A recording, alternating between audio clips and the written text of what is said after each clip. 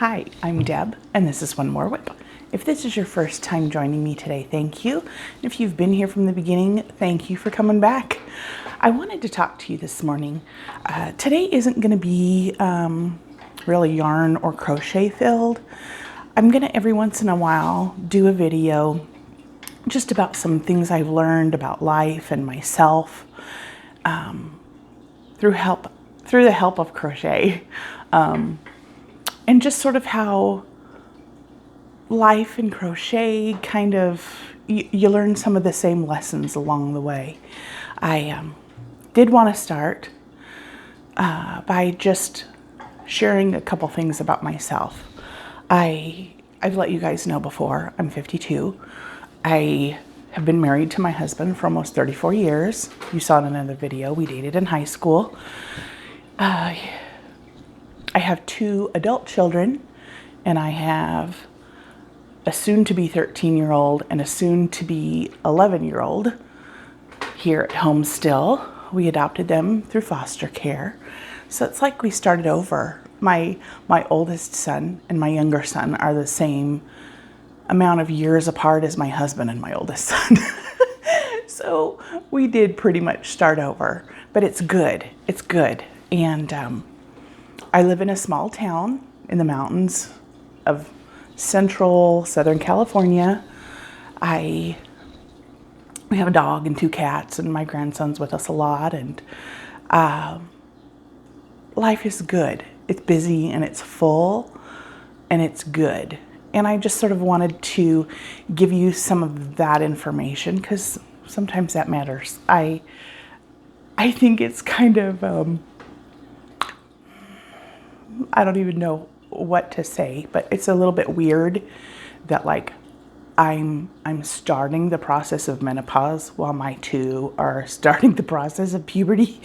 Things get a little crazy around here sometimes. There's a lot of feelings that happen here. I grew up in a small town. I grew up with 3 younger sisters. My mom grew up with 3 sisters. So I've got this love for women. I just do. And there's something about small towns and growing up there that is just precious. At the time you might not think so, but it's just something I've always loved. I grew up, my grandpa was the well driller in town, so people knew Grandpa. We call him Pa, we always have. And so my granny and Pa were well known in town. And so we were taught from a young age, people know Granny and Pa. And I always loved that that was true because my sisters and I could be somewhere and somebody would look at us and go, "You must be and they'd put the last name in there and we'd go, "Yeah." And they'd say, "Well, which girl do you belong to?" And then after we told them, they'd say, "Of course you do. You look just like her." And there was something really precious about that, being known for who I belonged to. And it's just one of the best feelings in the world, being known.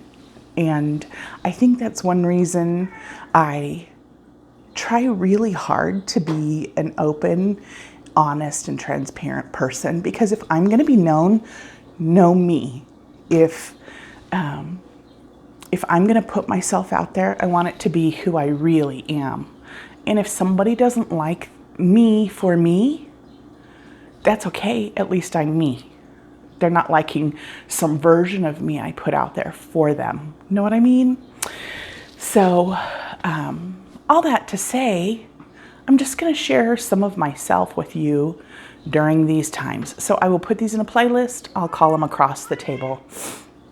So if you just want to skip over those, that's just fine. But one of my favorite things on the planet is to be across the table from another woman and just share ourselves with each other. And so that usually happens over a cup of coffee. I'm going to show you this. This was a gift. I don't know if you can see it or read it. Oh, I so want you to be able to read it. It says later losers, and there's 2 L's on each word. And my sister Cheryl loves her coffee. So my sister Cheryl loves her mugs. And because she loves mugs, I get some great mugs. She gets me, my sister. I love that. So here we go. So one of the things I have learned, and you learn stuff along the way, but one of the things that I've learned is having to do with mistakes that we make. I want to show you really quick. I'm going to go out of frame here for a second. I've been working on my grandson's blanket. Let me get it up here. So last time I had the center going, I've gotten a ways. I've done this pattern several times. Not several, let's say four. This is my 4th or 5th time. I always use the same pattern. And it's one of those quick patterns. It's right off the internet. I mean, it's a granny. There's not a whole lot to follow. It's just that starting little rectangle and the count on it that you want to get just right. And so I've never bothered to write it down. I always just go back to the page because I know exactly where it is. And so you can start with 3, 4, 5, up to 7, and it gives you the count. I need to write that down because every single time I start it, I do it wrong. And I do it wrong because I forget that it is done in UK terms. That's simple. That's simple. But my brain does not go, oh yeah, Deb, you've done this one before and you've messed it up. This is in UK terms. But because I haven't written it down, I keep making the same mistake. Did I write it down this time? No. Because I'll remember next time, right? Crazy. We do that sometimes. Sometimes we make mistakes like that, where we just keep making the same mistake. Now that I put it out there, I'm going to be accountable to write that thing down. So thank you for that. But other times, we make a mistake. And if our count was off, if it was just a missed stitch, if it was one too many stitches in that space, there are some mistakes. And everybody makes them. Everybody makes them. Because we're human, right?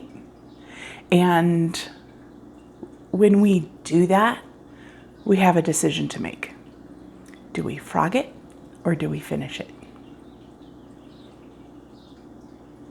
That's the biggie, right? That's the big question. And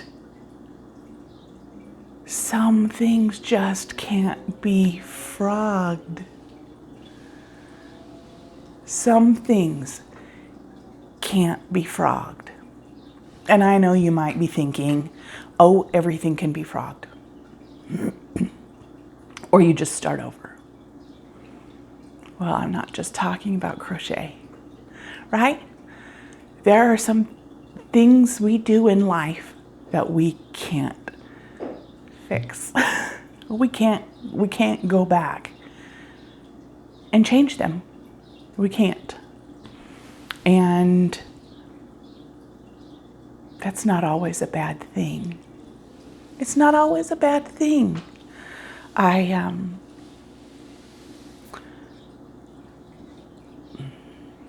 debated whether to put this out there or not because it's a lot. I'm sharing some personal stuff with you, right? I got pregnant when I was 18 years old and I was not married. And this was back in the 80s, was not okay. You know, I found out I was pregnant the day my guy left on a 7-month world cruise with the U.S. Navy. I was devastated. This was something everybody was going to know. Everybody was going to know. and I wasn't going to change it. I wasn't going to. Because while this pregnancy was unexpected, it was never unwanted. You know, it was a lot for that 18-year-old girl to deal with. But I did. And life is good. And my son is an amazing human being. And all that to say that there are things that happen that you just have to take as they are and move on. And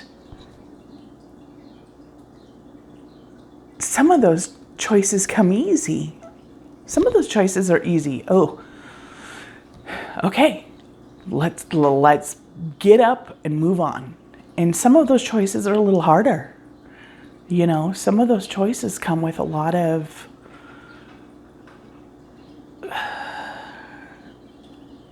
soul searching and pain and regret and sadness. And it's at times those things are overwhelming.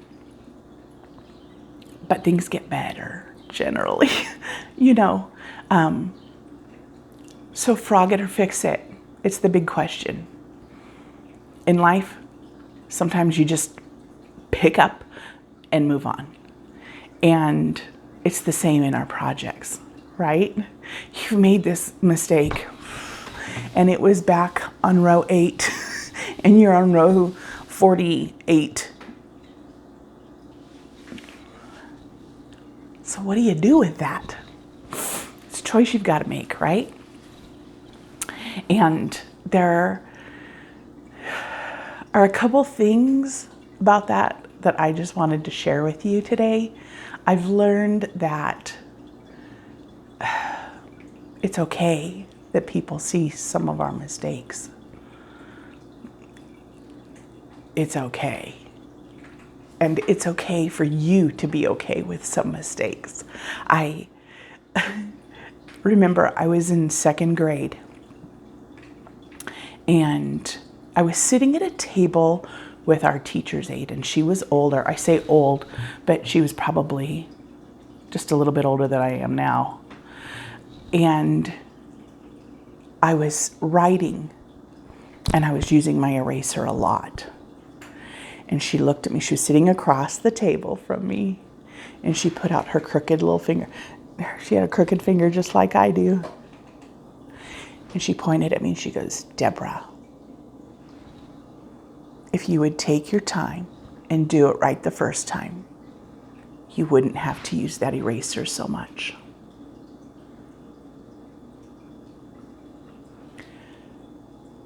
I learned that lesson in 2nd grade.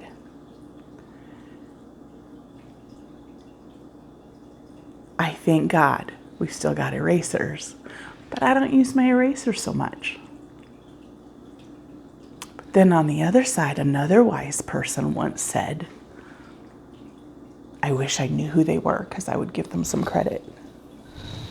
Another person was asking, do I frog it or do I finish it? And this person's response was, stitches are not precious. What? Because I think my stitches are precious. But then I had to think about that for a minute. Like, okay, there's some truth to that. Stitches aren't precious. You know, ooh, there's a lot of time in that. It's okay to tear it out. You got more time, right? I think what it all comes down to is just some balance. And maybe who it's going to. I've told you guys before that I include letters with my gifts. And last year I made blankets for my sisters and my mom and my granny. And I was making this blanket for my granny and I went to start the border and I had messed up. It was a granny stripe blanket. All those blankets were a version of a granny. And I had my own reason for doing that. I missed a cluster. I missed a whole cluster. And this was back in like row 12. And I had like, I don't even know how many rows I had on this thing.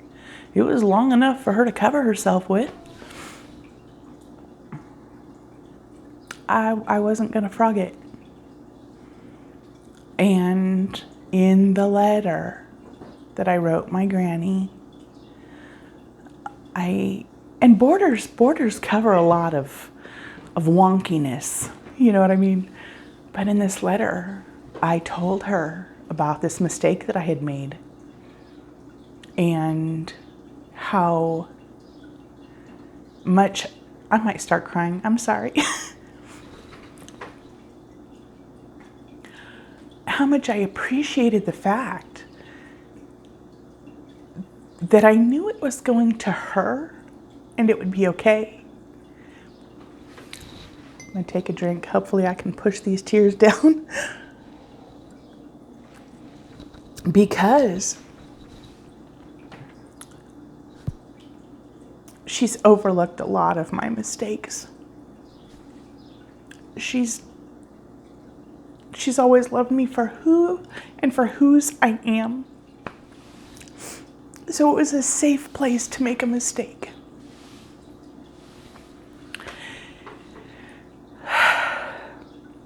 So balance is everything. Sometimes you're going to have to frog it. And sometimes you're going to have to finish it. And the trick is knowing who you're doing it for. And if it's a safe place to do that. And so it is with life. There are some safe places for you to make some mistakes. Thank goodness, right? Thank goodness you've got some safe places to make some mistakes. And if you've made some and you're still torn up over those things, girl, pick your feet up and move on. Pick your feet up and move on. It's okay. It's okay. So, with that, I hope today finds you well and with a hook in your hand. And I hope it's full of loveliness and a knowing that it's okay. It's okay. It's all good in the end. And some of the most lovely things have come out of mistakes that we've made. If you're just starting a project and you've made a mistake, keep making the same one. You never know what it might turn into. That little skipped stitch.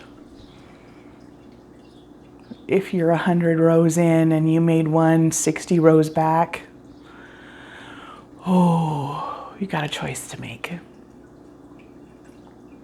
But it'll be good either way, right? Own it. Own it. And make it yours. Make it yours. I hope you guys have a lovely day, and I hope to see you soon.